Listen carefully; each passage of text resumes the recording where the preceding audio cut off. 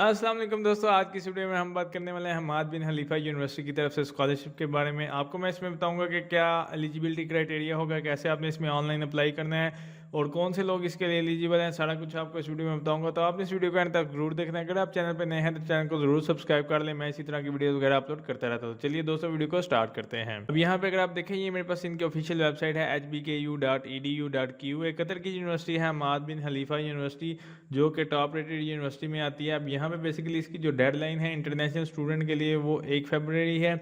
अगर आप कतर के रेजिडेंस हैं तो आप 15 मार्च तक अप्लाई कर सकते हैं। बाकी नीचे डिटेल आप चेक कर सकते हैं। अब हम बात कर लेते हैं कि इसकी बाकी की डिटेल की। तो यहाँ पे अगर आप देखें एक्सप्लोर डिग्रीज ऑप्शन, कुछ डिग्रीज में आपको बैचलर की फैसिलिटीज़ अवेलेबल हैं कि मतलब अगर आप बैचलर करना चाहते हो अब्रॉड में जाके, यानी कि कतर में, तो आप वो वाली स्कॉलरशिप ले सकते हैं। कुछ में मास्टर की है, कुछ में पीएचडी की है। तो यहाँ पे पहले मैं आपको बता देता हूँ, college of science and engineering, इसके अंदर आपके पास अवेलेबल प्रोग्राम है जो bachelor in of computer science है, मास्टर है, उसके बाद master of information system in health, और डिफरेंट किस्म के यहाँ पे प्रोग्राम्स अवेलेबल हैं। नीचे अगर आप इसको स्क्रॉल करें तो आपको जो है मिल जाएंगे।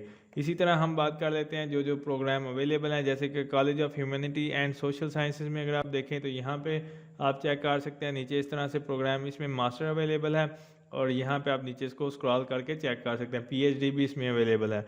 डिफरेंट किस्म के जो सब्जेक्ट्स हैं उसके अंदर आप जो है एनरोलमेंट ले सकते हैं। इसी तरह यहाँ पे आपने अपनी फील्ड के रिलेटेड जो भी आपके कह लो कि मतलब जिस भी कोर्स में आप करना चाहते हो, बैचलर करना चाहते हो, मास्टर करना चाहते हो या पीएचडी करना चाहते हो, तो आप उसके बारे में सारी डिटेल यहाँ पे चेक कर सकते हैं। ये कोर्सेज यहाँ पे डिग्रीज वगैरह के बारे में बताया हुआ है। अब हम बात कर लेते हैं कि यहाँ पे इसके जो रिक्वायरमेंट्स है, किसी भी डिग्री को अगर आप चूज़ करते हैं, फ़र्ज़ करें आप master of arts in translation studies में अगर आप करना चाहते हैं, तो यहाँ पे बेसिकली यहाँ पे जो इसकी हर एक प्रोग्राम की अलग से रिक्वायरमेंट होगी। मतलब कि जो भी प्रोग्राम अगर आप बैचलर करते हो या मास्टर करते हो तो उसके लिए जो है अलग से प्रोग्राम के लिए जो है आपके पास रिक्वायरमेंट्स यहाँ पे मौजूद होंगी। सबसे पहले मैं यहाँ पे आपको बता देता हूँ, बैचलर ऑफ साइंस में अगर आप करना चाहते हो तो यहाँ पे एडमिशन रिक्वायरमेंट, जो इनकी ऑफिशियली एडमिशन रिक्वायरमेंट्स है उसके बारे में मैं आपको बता देता हूँ। अब यहाँ पे हम बात कर लेते हैं कि किसी भी फील्ड के लिए अगर आपने अप्लाई करना है, यानी कि कोई भी फील्ड आप चूज़ करते हैं, तो उसके लिए जो है अलग से इनकी रिक्वायरमेंट मौजूद हैं। किसी में आपको आइल्स की रिक्वायरमेंट है, किसी में आपको आइल्स की रिक्वायरमेंट नहीं है। अब यहाँ पे फ़र्ज़ करें हम एलएलएम के लिए जो है यहाँ पे एडमिशन रिक्वायरमेंट चेक कर लेते हैं। मैं यहाँ पे आपको दिखा देता हूँ। तो हर एक प्रोग्राम के लिए अलग से रिक्वायरमेंट होगी। तो आपने इस तरह से किसी भी जो भी प्रोग्राम आप चूज़ करेंगे उसके रिक्वायरमेंट्स में आपने जाना है। यहाँ पे वो कह रहे हैं JD bachelor degree from a recognized university with a minimum 3.0 CGPA, यानी कि 4 में से आपका 3 CGPA होना चाहिए। उसके बाद उन्होंने कहा है कि LLM in international economic and business law, आपके पास जो बैचलर की डिग्री है LLB की, वो किसी यूनिवर्सिटी से रिकॉग्नाइज होनी चाहिए। 3 GPA आपका होना चाहिए 4 में से, या जो मतलब कैंडिडेट का 3.3 GPA होगा तो उसको हम जो है ज़्यादा प्रेफरेंस देंगे। इसी तरह आपने यहाँ पे देख लेना है। यहाँ पे इंग्लिश रिक्वायरमेंट्स अगर आप देखें तो यहाँ पे उन्होंने लिखा है all applicants are required to submit a valid IELTS score, जो कि आपको 6.5 बैंड चाहिए, या टोफिल में 79 स्कोर चाहिए। किसी में आपको आइल्स की ज़रूरत है, किसी में आपको आइल्स के टेस्ट की ज़रूरत नहीं है। यहाँ पे बहुत सारे ऐसे प्रोग्राम होंगे जिसमें आपको जो है आइल्स की ज़रूरत नहीं पड़ेगी। तो इस प्रोग्राम के लिए जो है अगर आप इसमें अप्लाई करना चाहते हो तो इसमें आपको आइल्स की ज़रूरत पड़ेगी। देन इसके बाद यहाँ पे अगर आप नीचे स्क्रॉल करते हैं तो यहाँ पे आपके पास ऑप्शन है एप्लीकेशन का। एप्लीकेशन बेसिकली जो है इसकी ऑनलाइन ही आपने अप्लाई करनी है, वो भी मैं आपको बताऊंगा कि आप कैसे इसको ऑनलाइन अप्लाई करेंगे। उसके बाद अगर आप नीचे देखें तो यहाँ पे आपके पास है एकेडमिक ट्रांसक्रिप्ट, यानी कि बेसिकली जो जो चीज़ें आपको ऑफिशियली तौर पे चाहिए होंगी। तो यहाँ पे अगर आप देखें ऑफिशियली इलेक्ट्रॉनिक ट्रांसक्रिप्ट आपको रिक्वायर्ड होगी इस ऑनलाइन एप्लीकेशन को अप्लाई करने के लिए। अब उन्होंने क्या कि अगर आप जो मतलब अभी आप नहीं कंप्लीट की आपने अपनी करंट स्टडी, तो आपकी ट्रांसक्रिप्ट जो है मस्ट इंक्लूड होनी चाहिए, जो लास्ट कंप्लीटेड आपके सेमेस्टर हैं वो वाले, ठीक है। उसके बाद ट्रांसक्रिप्ट इन इंग्लिश लैंग्वेज में या अरेबिक में जो है वो भी यहाँ पे उनको ऑफिशियली ट्रांसलेशन चाहिए। अब यहाँ पे वो कह रहे हैं स्टैंडर्डाइज टेस्ट रिजल्ट, बेसिकली यहाँ पे आपको ऑफिशियली स्टैंडर्डाइज टेस्ट जो है वो आपको चाहिए होते हैं, जहाँ पे उनकी जो कापीज़ होती हैं ऑफिशियली। अब यहाँ पे बेसिकली जिधर रिक्वायर्ड होंगे आपको, मतलब इसके लिए अगर आपको रिक्वायर्ड है तो यहाँ पे आपने जो है इनको सेंड करने हैं डायरेक्टली HBKU। तो यहाँ पे नीचे कोड्स वगैरह दिए हुए हैं, तो यहाँ पे आप लोग चेक कर सकते हैं। अब यहाँ पे लेटर ऑफ रिकमेंडेशन अगर आप चेक करें तो यहाँ पे आपको 2 लेटर ऑफ रिकमेंडेशन चाहिए होंगे कि किसी भी जो आपने करंट या प्रीवियस मतलब जो आपके प्रोफेसर हैं उनसे एम्प्लॉय हो या कहीं से भी, तो आपने जो है आपको एक लिंक प्रोवाइड किया जाएगा, उस लिंक के थ्रू जो है आपको मतलब वो लेटर ऑफ रिकमेंडेशन, और जो आप जब आप ऑनलाइन सबमिशन करेंगे तब आप जो है उसके थ्रू लेटर ऑफ रिकमेंडेशन की जो रिक्वेस्ट है उसको कर सकते हैं, मतलब भेज सकते हैं।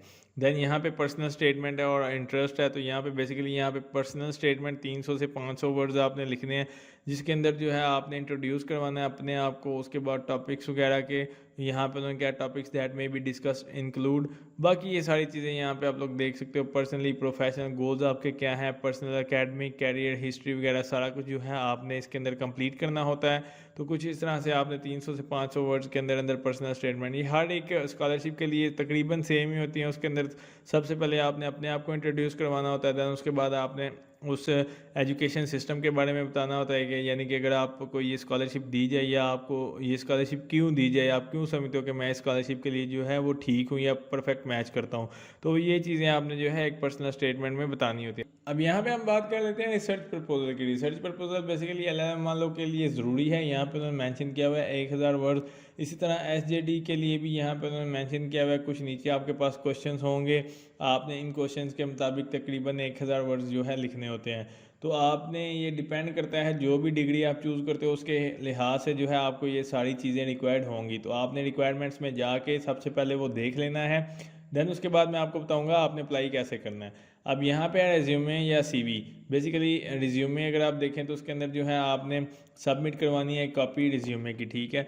उसके बाद यहाँ पे उसके अंदर academic qualification, personal professional experience है, उसके बाद publication and research project, academic awards, honour conference वगैरह, ये सारा कुछ यहाँ पे मेंशन होना चाहिए आपकी सीवी के अंदर। अब यहाँ पे आइडेंटिफिकेशन ऑफ डॉक्यूमेंट्स है, जिसके अंदर आपके पास आपका कतरी आईडी कार्ड आ जाएगा। अगर आप कतरी नहीं है तो नेशनल है, तो यानी कि पाकिस्तान से है तो नेशनल आईडी कार्ड आ जाएगा। पासपोर्ट वगैरह की जो कापीज़ है वो आपने जो है अपलोड करनी होंगी। अब यहाँ पे है tuition and student funding. Basically यहाँ पे हर एक स्कॉलरशिप के लिए अलग से फंडिंग का क्राइटेरिया है, और फीस कुछ में माफ़ है, कुछ में आपको जो है पेड करनी पड़ती है। तो यहाँ पे आप लोग चेक कर सकते हैं, यहाँ पे उन्होंने ट्यूशन फीस के बारे में सारी डिटेल दी हुई है, आप यहाँ पे चेक कर सकते हैं। 2 साल 3 साल के जो प्रोग्राम्स हैं, ड्यूरेशन है, उसके अकॉर्डिंग जो है आपकी फ़ीस वगैरह का उन्होंने मेंशन किया हुआ है। हर एक प्रोग्राम के अलग से है, जैसे कॉलेज ऑफ ह्यूमैनिटी है, देन इसके बाद यहाँ पे कॉलेज ऑफ लॉ है, कॉलेज ऑफ हेल्थ, जो प्रोग्राम जिसकी फ़ीस होगी तो वो यहाँ पे उन्होंने मेंशन की होगी, यहाँ पे आप लोग चेक कर सकते हैं। अब यहाँ पे है लास्ट पे एडमिशन इंक्वायरीज। बेसिकली यहाँ पे उन्होंने कहा कि कोई भी आपने एक्स्ट्रा चीज़ अपलोड नहीं करनी जो कि यहाँ पे मेंशन नहीं है। उसके बाद यहाँ पे उन्होंने लिखा है HBKU can not return document to the applicant once they are submitted. मतलब एक दफ़ा अगर आपने कर दिया तो दोबारा आप अपने डॉक्यूमेंट्स को वापस या कुछ चेंज नहीं कर सकते। यहाँ पे सारे डॉक्यूमेंट्स आपने PDF फॉर्मेट में अपलोड करने हैं, उसके अलावा जो है किसी भी फॉर्मेट में वो सेव मतलब एक्सेप्ट नहीं होंगे। नीचे आपके पास ऑप्शन होगा जिस भी फील्ड के लिए आपने अप्लाई करना होगा, तो यहाँ पे आपके पास ऑप्शन है अप्लाई ना होगा, आपने इसके ऊपर क्लिक करना है। तो यहाँ पे आपके पास ऑप्शन आ जाएगा लॉगिन का, या आपने जो है यहाँ पे अकाउंट क्रिएट करना होगा। बेसिकली यहाँ पे एडमिशन लॉगिन है, अगर आप न्यू यूज़र हैं तो यहाँ पे आपके पास है फर्स्ट टाइम यूज़र अकाउंट। अब यहाँ पे जैसे ही आप न्यू यूज़र पे क्लिक करेंगे तो आपके पास 3 ऑप्शन हैं, create a login ID, then इसके बाद क्रिएट अ पिन, उसके बाद वेरीफाई पिन। बेसिकली यहाँ पे आपने एक लॉगिन आईडी जनरेट करनी है। जैसे फ़र्ज़ करें कि आपका नेम है अरसलान, तो अरसलान 1 2 3 इस तरह नीचे एक पासवर्ड जनरेट करेंगे, फिर उसी पासवर्ड को आपने वेरीफाई करना है, देन आपने इसको जो है लॉगिन पे क्लिक कर देना है। तो यहाँ पे है आपके पास एप्लीकेशन टाइप। बेसिकली यहाँ पे आपके पास है कंप्यूटर इंजीनियरिंग जो कि बैचलर के लिए है, डॉक्टर जुडिशरी जो कि SJD, उसके बाद ग्रेजुएट इंटरनेशनल एप्लीकेंट है या ग्रेजुएट रेजिडेंट जो कि कतर के लिए है, बाकी PhD इंटरनेशनल और PhD जो है वहाँ के रेजिडेंट के लिए। तो अगर आप मास्टर के लिए करना चाहते हैं तो ग्रेजुएशन वाला चूज़ करेंगे, अगर आप बैचलर के लिए करना चाहते हैं तो कंप्यूटर इंजीनियरिंग में करेंगे। तो यहाँ पे आप बैचलर में चूज़ कर लें, देन आपने इसको कंटिन्यू पे क्लिक करना है। जैसे आप इसको कंटिन्यू पे क्लिक करेंगे तो आपके पास एक नेक्स्ट पोर्शन आएगा जिसके अंदर है एडमिशन टर्म का। सबसे पहले यहाँ पे आपने फॉल 2023 जो कि नेक्स्ट ईयर का है, देन इसके बाद आपके पास ऑप्शन है फर्स्ट नेम का, यहाँ पे आप अपना फर्स्ट नेम लिखेंगे, देन लास्ट नेम है, देन आपने जो है फिल आउट एप्लीकेशन फॉर्म पे मतलब क्लिक करना है। यहाँ पे आपके पास डिफरेंट ऑप्शन है जिसके अंदर name, address, personal information, nationality, programme, basically यहाँ पे high school, test score, additional information, document to the upload PDF only. तो यहाँ पे ये वाले स्टेप्स आपने कंप्लीट करने हैं। सबसे पहले नेम आपका ऑलरेडी कंप्लीट होगा, उसके बाद आपने यहाँ पे एड्रेस पे क्लिक करना है, एड्रेस के अंदर अगर आप क्लिक करेंगे तो आपके पास सारा कुछ आ जाएगा, जो कि दूसरे नंबर पे आपके पास ऑप्शन है जिसके अंदर स्ट्रीट 1 है। सबसे पहले ये मेन वाला पोर्शन है, क्योंकि जो स्टैटिक है वो आपने मैंडेटरी फिल करने हैं। यहाँ पे आप कंप्लीट अपना एड्रेस लिखेंगे, स्ट्रीट नंबर, हाउस नंबर, सारा कुछ। देन उसके बाद यहाँ पे आपके पास ऑप्शन है सिटी कौन सी है, कंट्री आपका कौन सा है, वो यहाँ से आप चूज करेंगे। जैसे यहाँ से आपका पाकिस्तान है, यहाँ से आपने अपना मोबाइल नंबर देना है। यहाँ पे आपके पास ऑप्शन है नेक्स्ट पे इमरजेंसी कॉन्टैक्ट रिलेशनशिप के, यानी कि अगर कोई ऐसी इमरजेंसी हो जाती है कि आपकी फैमिली को आगाह करना पड़े, तो यहाँ से आपने उसका जो रिलेशनशिप है आपके साथ, आप वो यहाँ से चूज़ करेंगे। उसके बाद उसका जो फर्स्ट नेम और लास्ट नेम है वो लिखेंगे। देन उसके बाद उसका जो सेल नंबर है उसके लिए सबसे पहले उसकी कंट्री सेलेक्ट करेंगे, मतलब वो पाकिस्तान में या किस कंट्री में है। तो उसके बाद जो है आप उसका कॉन्टैक्ट नंबर यहाँ पे लिख के और इसको जो है कंटिन्यू पे क्लिक कर देंगे। एड्रेस कंप्लीट करने के बाद आपके पास जो नेक्स्ट स्टेप है वो है पर्सनल इन्फॉर्मेशन का। बेसिकली पर्सनल इन्फॉर्मेशन में आपका जो है जेंडर आ जाएगा, मेल फीमेल, मार्शल स्टेटस आप सिंगल हो या मैरिड हो, डाइवोर्स हो, सेपरेटेड हो, क्या हो, डेट ऑफ बर्थ आपकी क्या है। उसके बाद नंबर ऑफ़ चिल्ड्रन, अगर आप शादीशुदा हैं तो आप यहाँ पे मेंशन करेंगे। उसके बाद आर यू कतरी रेजिडेंट, अगर आप कतरी रेजिडेंट हैं तो येस या नो, मतलब येस करेंगे, अगर नहीं है तो नो करेंगे। अगर रेजिडेंट है तो फिर आपके पास एक कार्ड होगा कतरी आईडी, वो यहाँ पे आपको लिखनी पड़ेगी। देन उसके बाद यहाँ पे ईमेल आप अपना डालोगे। उसके बाद उसी ईमेल को यहाँ पे आपने लिखना है, दोबारा से वेरीफाई करना है, उसको जो है आपने कंटिन्यू पे क्लिक कर देना है। नेक्स्ट के ऊपर आपके पास ऑप्शन है नेशनैलिटी का। नेशनैलिटी का बेसिकली आपके पास ऑप्शन है, यहाँ से आपने जो है नेशनैलिटी चूज़ कर लेनी है, जो भी आपकी नेशनैलिटी है। उसके बाद कंट्री ऑफ बर्थ आपकी कौन सी है वो यहाँ से आप बताएंगे कि जिस जगह पे आप पैदा हुए थे। यहाँ पे अगर आप देखें तो यहाँ पे आपके पास ऑप्शन है पासपोर्ट नंबर का। उसके बाद है पासपोर्ट नेशन ऑफ इशू, के आपको कौन सी कंट्री जो है वो पासपोर्ट इशू करती है। तो यहाँ से जो भी आपकी कंट्री है वो यहाँ से आप चूज़ कर सकते हैं, जो भी आपको इशू करेगी। उसके बाद उसका जो एक्सपायरी डेट है वो यहाँ पे आप मेंशन करेंगे। रेजिडेंट टाइप आपकी क्या है, फैमिली के साथ हो। उसके बाद कतर नेशनैलिटी है आपके पास, यूनिवर्सिटी या काम करते हो कुछ भी, वो यहाँ से आप लिखोगे। और उसके बाद जो है स्पॉन्सर नेम, अगर आपको कोई ये स्पॉन्सर कर रहा है तो उसका नेम यहाँ पे आप मेंशन करेंगे। देन उसके बाद आप जो है इसको कंटिन्यू पे क्लिक कर दें। जैसे आप इसको कंटिन्यू पे क्लिक करेंगे आपके पास नेक्स्ट ऑप्शन है वो है प्रोग्राम का। बेसिकली यहाँ से आपने इंडिकेटर रिक्वायर्ड फील्ड, यहाँ से आपने प्रोग्राम चूज़ करना है। बीएससी इन कंप्यूटर इंजीनियरिंग है तो यहाँ से आप इसको चूज़ करके इसको कंटिन्यू पे क्लिक। नेक्स्ट के ऊपर आपके पास ऑप्शन है वो है हाई स्कूल का। यहाँ पे आपने बताना है अपनी हाई स्कूल के बारे में। तो हाई स्कूल कोड का यहाँ से अगर आपने चेक करना हो तो वो यहाँ से आप चेक कर सकते हैं। अगर आप इसके ऊपर क्लिक करेंगे तो हाई स्कूल के जो कोड्स हैं वो आपको अवेलेबल होंगे, तो ये यहाँ से आपको मिल जाएंगे। उसके बाद if high school not found, अगर आपका स्कूल फाउंड नहीं होता, यानी कि इस लिस्ट के अंदर, ये आप जब चेक करेंगे तो आपको मिल जाएगा। अगर लिस्ट के अंदर नहीं मौजूद तो आपने हाई स्कूल का नेम लिखना है, हाई स्कूल किस सिटी में था, उस स्कूल का जो कंट्री था, यानी कि किस कंट्री से आपने हाई स्कूल की जो कंप्लीट की थी एजुकेशन, और ग्रेजुएशन आपकी कब मतलब कंप्लीट हुई थी, तो वो यहाँ पे लिखने के बाद यहाँ पे जो है आपने कंटिन्यू पे क्लिक कर देना है। अगर आपकी कोई और हाई स्कूल की एजुकेशन की डिग्री है तो आप यहाँ पे एडिट और व्यू, मतलब दूसरी डिग्री को भी ऐड कर सकते हैं। देन इसके बाद आपके पास ऑप्शन है टेस्ट स्कोर का, जिसके अंदर आपने जो भी मतलब अगर किसी भी मतलब फील्ड के अकॉर्डिंग है कि अगर आपको जो है चाहिए उस फील्ड के रिलेटेड आपको टेस्ट स्कोर चाहिए होंगे तो फिर आपने मेंशन करने हैं। अदरवाइज़ आप इसको कंटिन्यू भी करेंगे तो कोई इतना इशू नहीं है। यहाँ पे आपने जो भी आपका टेस्ट है, जैसे कि आपने टॉफिल दिया हुआ है, आइल्स दिया हुआ है, रीडिंग है, लिसनिंग है, आइल्स एकेडमिक है, जो भी है तो वो यहाँ से आप चूज़ करेंगे। टोटल पे चूज़ करें, उसके स्कोर्स कितने हैं, कब आपने दिया था और मतलब उसका जो डेट और ईयर था। इसी तरह आपने टॉफिल किया हुआ है तो आप यहाँ से टॉफिल चूज़ करेंगे। यहाँ से आपने टॉफिल चूज़ करना है तो टॉफिल लिसनिंग है या टॉफिल ओवरऑल है, उसके जो स्कोर्स हैं, कब आपने किया था, वो यहाँ पे मेंशन करके आपने इसको जो है कंटिन्यू पे क्लिक कर देना है। यहाँ पे है आपके पास नेक्स्ट ऑप्शन है एडिशनल इन्फॉर्मेशन का।